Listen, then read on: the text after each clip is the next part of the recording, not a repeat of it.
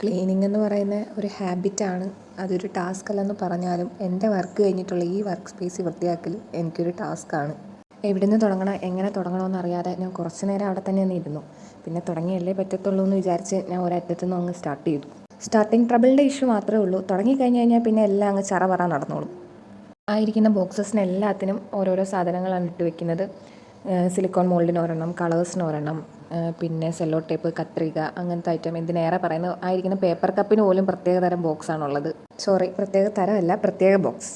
ഇപ്പോഴത്തെ എൻ്റെ സാമ്പത്തിക ഭദ്രത വെച്ച് എനിക്ക് ഇതുപോലത്തെ ബോക്സസിൽ എൻ്റെ വർക്കിംഗ് മെറ്റീരിയൽസ് വെക്കാനുള്ള നിവൃത്തിയുള്ളൂ. ഇൻഷാ അള്ളാ എല്ലാം സെറ്റാക്കണം. ഇതാണ് എൻ്റെ റെസിൻ കളേഴ്സിൻ്റെ ബോക്സ്. ഈ ബോക്സ് തുറന്നപ്പോഴാണ് ഞാൻ ഒരു സാധനം കണ്ടത്.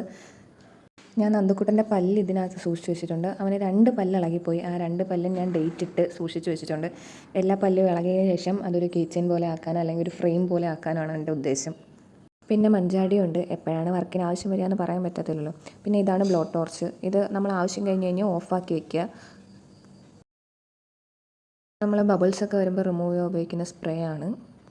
അങ്ങനെ പകുതി പരിപാടി കഴിഞ്ഞു. ഇനി ഈ ഫോൺ കവർ നമ്മൾ കൊടുക്കാൻ വേണ്ടി വെച്ചേക്കുന്നതാണ്. ചേച്ചി വൈകിട്ട് വന്ന് എടുക്കാമെന്ന് പറഞ്ഞുകൊണ്ട് അത് പാക്ക് ചെയ്ത് നമ്മൾ ഫോൺ കവർ വാങ്ങിച്ചപ്പോൾ കിട്ടിയ ആ കവറിനകത്ത് തന്നെ ആക്കി വെക്കുന്നുണ്ട്. പിന്നെ ഇതാ ഈ ഷീറ്റ് ഉള്ളതുകൊണ്ട് ഞാൻ ഇപ്പോൾ ഒരുവിധം രക്ഷപ്പെട്ട് പോകുന്നു. കാരണം മുമ്പൊക്കെ റെസിൻ ചെയ്ത് കഴിഞ്ഞാൽ ഫ്രെയിം ചെയ്ത് കഴിഞ്ഞാൽ എൻ്റെ തറയുടെ അവസ്ഥ ഇതൊന്നുമല്ല. തറയിലൊക്കെ റെസിൻ പറ്റി ആകെ ഒരു പരുവാവും. അങ്ങനെ എനിക്ക് ഹസ്ബൻഡ് തന്നതാണ് ആ ഷീറ്റ്. അപ്പോൾ ഇപ്പോൾ അതിൽ വെച്ച് ചെയ്യുന്നതുകൊണ്ട് വലിയ ബുദ്ധിമുട്ടില്ല. ബാക്കി വേസ്റ്റ് തൂത്തും കൂടെ കളഞ്ഞു കഴിഞ്ഞാൽ നമ്മുടെ വർക്ക് സ്പേസ് അടിപൊളിയായി. അപ്പോൾ വീഡിയോ ഇഷ്ടമായെന്ന് കരുതുന്നു. ഇഷ്ടമെങ്കിൽ സബ്സ്ക്രൈബ് ചെയ്യുന്നൊന്ന് സപ്പോർട്ട് ചെയ്യണേ. അപ്പോൾ അടുത്ത വീഡിയോ ആയിട്ട് വരുന്നവരെ tata bye bye, see U.